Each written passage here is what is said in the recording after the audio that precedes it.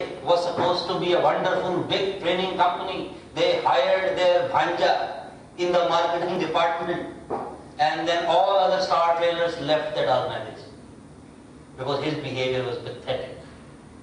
But he being bhanja was kept and stars were gone. Not realizing that the training business is not your brand driven, it is people driven business. But then bhanja being employed and company is into turmoil. Why? He could not succeed in America. They brought him here in India, and no other good company hired that person, so they kept him in their company, and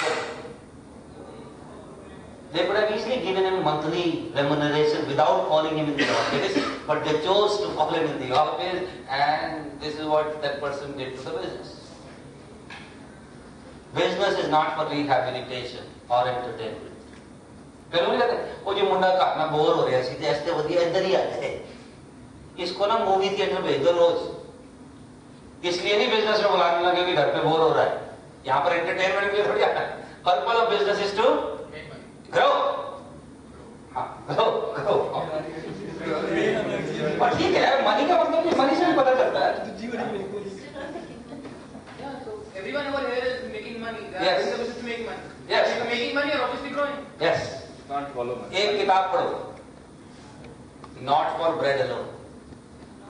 Bread Alone by Matsushita Konosuke, founder of National Panasonic Group. Matsushita Konosuke, Not for Bread Alone. अच्छा, ये मैं उन लोगों की बातें कर रहा हूँ जिन्होंने ना बिजनेस खरबों के कर चुके हैं। ये उनकी फिलॉसफी है। मात्सुशिता कोनोस्की, द फाउंडर, जिन्होंने ना बिजनेस वर्ल्ड में अपने मतलब मोहल्ले में नहीं दुनिया में प्रूव किया अपना, and their philosophy, learn from it, not for the bread alone. पढ़ना जी क्या है?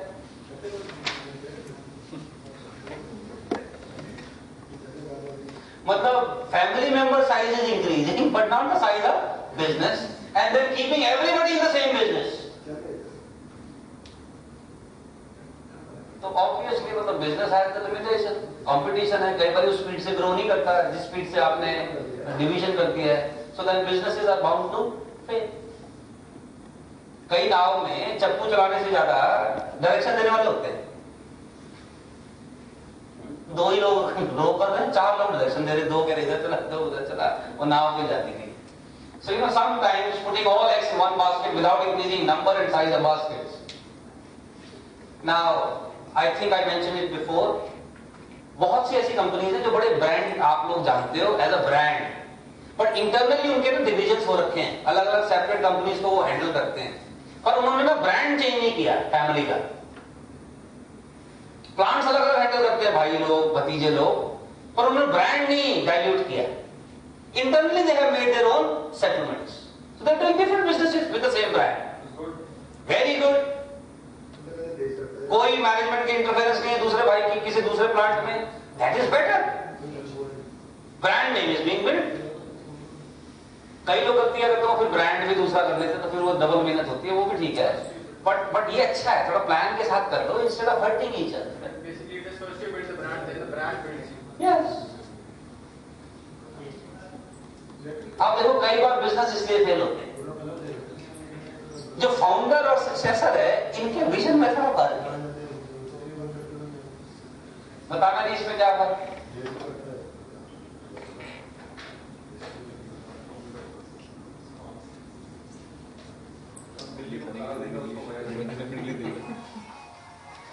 This boy will be caring for it, right? Yes, sir. But बिल्ली के लिए तो ये खाना है, क्या है? So founders sometimes build it with lot of passion, with lot of excitement. पर जो successor है ना कई बार उनको उसमें इतनी passion नहीं होता उस business में, उनको किसी और business में passion होता है। लेकिन फिलहाल पिताजी मान नहीं रहे, तो कोई नहीं, पहले इसको बंद कराते हैं, तब ये नया खुलवा के देंगे। So they work with that kind of a mindset, then obviously businesses are bound to grow, bound to stop, bound to fail. Okay? So मतलब जो vision है, is it aligned or not? Some people force it on successor कि नहीं तेरे को यही वाला करना है. So then also this can happen. Okay? ये क्वेश्चंस हैं जो हमें पूछने चाहिए इन सक्सेशन। सेकंड जनरेशन का इंटरेस्ट भी है in handling that business, skill set है, वैल्यूज में कोई डिसकनेक्ट तो नहीं, रिस्क टॉलरेंस का क्या हाल है साहब का, पर्सनालिटी कैसी है सिबलिंग की, कंपैटिबिलिटी है, और जनरेशन एज गैप देखो जी। अभी इसको मैं थोड़ी देर में समझाता हूं जनरेशन एज गैप का क्या करना है। रीजन नेक्स्ट, इनकॉम्पिटेंट और अनविलिंग सक्सेसर्स, तो they have big shoes to fill, और तो वो हमेशा ना वो इंफीरियरिटी कॉम्प्लेक्स में रहते हैं। So this also takes business to failure. अब अकबर का बेटा सलीम, शाहजहां, अनारकली, तो अब वो फिर अकबर ने इतना बड़ा लंबा साम्राज्य इकट्ठा किया है, ये डांस देखने में मस्त हो गया है। आपने सुना है ना, ये शायद आपके पेरेंट्स इस चीज से ज्यादा सहमत होंगे जो हमारे सेकंड थर्ड जनरेशन वाले आए हैं। It is easy to manage business but it is very difficult to manage your son और daughter. Managing business is easy but managing your children not that easy, specially when you are successful. तो उस तरह energy put किया आपने जरूर से business में किया ना। हाँ, तो फैमिली को समय नहीं दिया, तो उन्होंने भी कहा, उन्हें भी थोड़े दिनों में अच्छा लगता है, वेजिटेबल नहीं दिया, तो वो अपनी इंडिपेंडेंस को एंजॉय करते हैं। तो फिर उनको फिर बाद में थोड़ा कंट्रोल में लाना बड़ा मुश्किल होता है। आपको कंट्रोल की डेफिनेशन तो पता ना भाई मैनेजमेंट के लोगों, व्हाट इज कंट्रोल? कहते हैं किसी चीज को कंट्रोल में रखो। कंट्रोल का मतलब क्या है? कंट्रोल की simple definition, if you can start, sustain and stop, it means you are in control. Don't go on the words only, हमेशा उसकी थोड़ा डिटेल बतानी चाहिए। What is control? When you can start, sustain and stop willingly, you are in control. आप बताओ जी, life को क्या रखना चाहोगे? In control, or you would want to be controlled by life, obviously. तो उसके लिए तो क्या करना होगा? थोड़ी विलिंगनेस होनी चाहिए, थोड़ी कॉन्फिडेंस होनी चाहिए। Otherwise you will always be under control, not in control. मैं हमेशा सजेस्ट करता हूं जी फाउंडर्स को कि अपने बालकों को बिजनेस में लाने से पहले इनका एक्सपोजर बढ़ाओ, और एक्सपोजर बढ़ाओ एक्चुअल वर्क एक्सपीरियंस का। अपनी कंपनी में मत दो इनको, हो सके डिफरेंट इंडस्ट्री में दो। आप लोग मैनेजमेंट का प्रिंसिपल जानते हैं ना, breakthrough ideas will never come from the same industry. Big innovative ideas will always come from different industry. So if possible, send your successors to work in some other industry for 3 years, 5 years, and then introduce them to the business. It's a wonderful, safe way to ensure that they do well and expose them to the extreme conditions. जैसे मैं अच्छी तरह जानता, ये मुंबई में एक साहब, एक बहुत बड़ी कंपनी जिनका मतलब उनका पैकेज महीने का होगा 8-10 लाख रुपए का पैकेज है सैलरी का। उनका बच्चा इंजीनियरिंग कॉलेज जाता है, लेकिन वो जाता है नॉर्मल ट्रेन से मुंबई में। कार है पर देखते नहीं उसको। He wants his child to undergo these kind of simple things which simple people go through. पर कई लोग ना वो थोड़ा अपने न्याणे को थोड़ा प्रोटेक्टेड रखते हैं, दहाड़ ना सुन ले। वो दहाड़ नहीं सुनेगा तो फिर बाद में धूप में चक्कर आते हैं। तो फिर क्यों जी धूप नहीं देखी जाती, कोई ऊंचा बोल गया तो बस 3 दिन के लिए डिप्रेशन में चला गया। तो ये सब चीजें होती है ना। So before you get into their business, get them outside exposure. Some of you must be thinking, thank God Dad did not come. पता चले हमारे को क्या चल रहा है, तू तो काम करेगा अभी मेरे बात चल रहा है। देखिए, I think we should properly educate those successors. और एजुकेशन में ना देखो वो मतलब डिसेप्शन वाली एजुकेशन ना हो, समझ रहे हो ना? Let's not receive ourselves in terms of education. Proper education हो, outside work experience हो, थोड़ा सेल्स का तजुर्बा हो, ये एंटरप्रेन्योर को बड़ा जरूरी है सेल्स का. कोई मेंटोर बनाओ इस व्यक्ति का, and then hand over the business. Mentor mentee तो आप लोग समझते हैं. हाँ. So sibling rivalry kills business.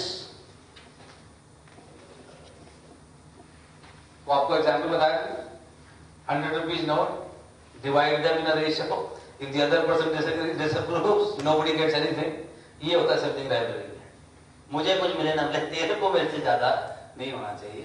This also, at times kills business. तो इसके लिए करना क्या है? sibling rivalry को अवॉइड करने के लिए, ये जेलसी अवॉइड करने के लिए एडवर्टाइजमेंट देखी आपने निर्मा की?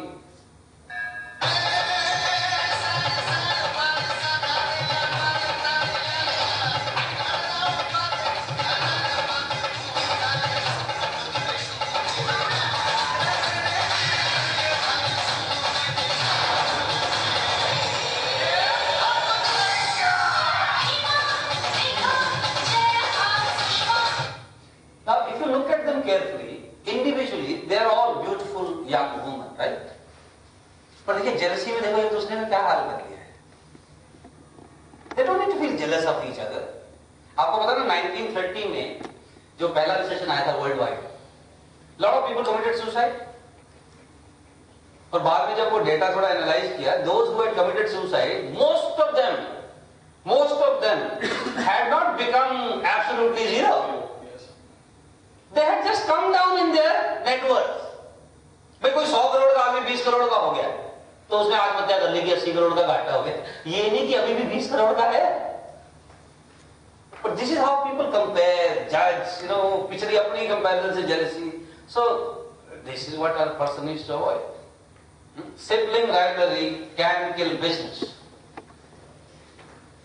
When we induct people from family in the business but do not give them role clarity, जैसे आप लोगों में से टेलर कहते हैं कि सुबह आके कुछ नहीं करना, वो खाना ऑर्डर करना है, फोन करना है, फोन पे खेलते रहो. No lack of clarity, so what can you expect from this person? So to avoid this, these 5 R's should be communicated clearly in writing. आप देखिए आपके यहाँ किए गए हैं क्या 5 R's? Have you communicated what is the rule, responsibility, remuneration? Fix होनी चाहिए. कंपनी अकाउंट से तो एटलीस्ट फिक्स हो, बाकी जहां मर्जी से करते रहो. रेम्यूनरेशन शुड बी फिक्स और बड़ी ट्रांसपेरेंट सिस्टम होना चाहिए. एंड रिलेशनशिप, मेरी आप सबसे रिक्वेस्ट है जो आप 3rd 4th जनरेशन के हो, यार लंच ना लोगों के साथ किया जाए, घर वालों के साथ डिनर किया. What do you think? तो बुराई है?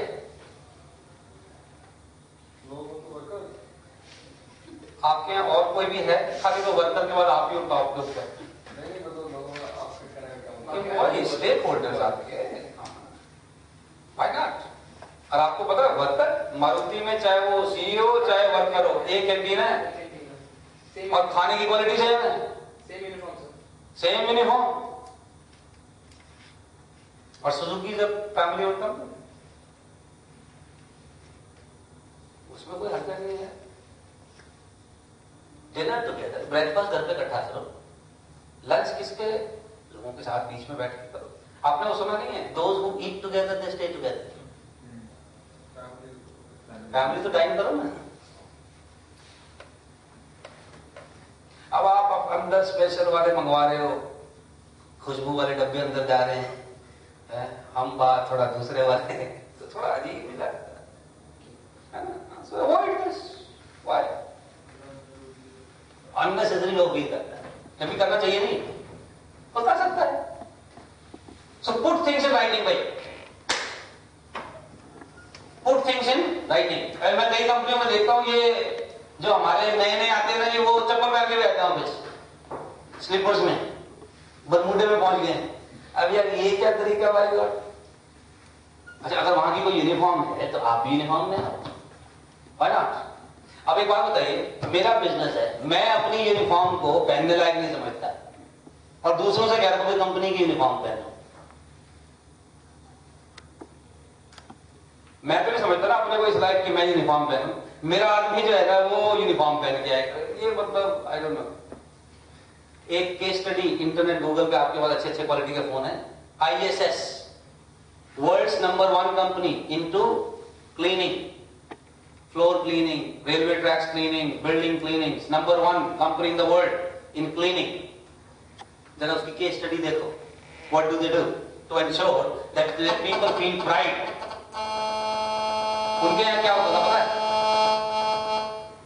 उनके यहाँ ये होता था, अब क्योंकि देखो cleaning company, everybody used to know कि this guy works in a cleaning company. तो पीपल क्या करते थे, वो ना मतलब घर से तो अपने कपड़े पहन के आते थे, फिर कंपनी में आकर के चेंज करते थे। They used to feel shy in telling people that I work with ISS। And when the higher management looked at this angle, यार ये क्या मतलब काम के प्रति थोड़ा मतलब लोग थोड़ा डाउन फील कर रहे हैं। And then the CEO and owner and managing director, they start wearing their company logo uniform to the workplace. बस designation सबके सेम है as far as uniform is concerned, सबकी same uniform, so no low feeling, no high feeling. So you need to instill pride in people. तब तो जाकर आपसे trust करेंगे, आपसे थोड़ा लेंगे, थोड़ा they will start giving their 100%. Okay, so instill this. अब ये देखो जी, when you do not involve stakeholders, then high turnover of competent non-family members in the business, and most of the time this is killing businesses.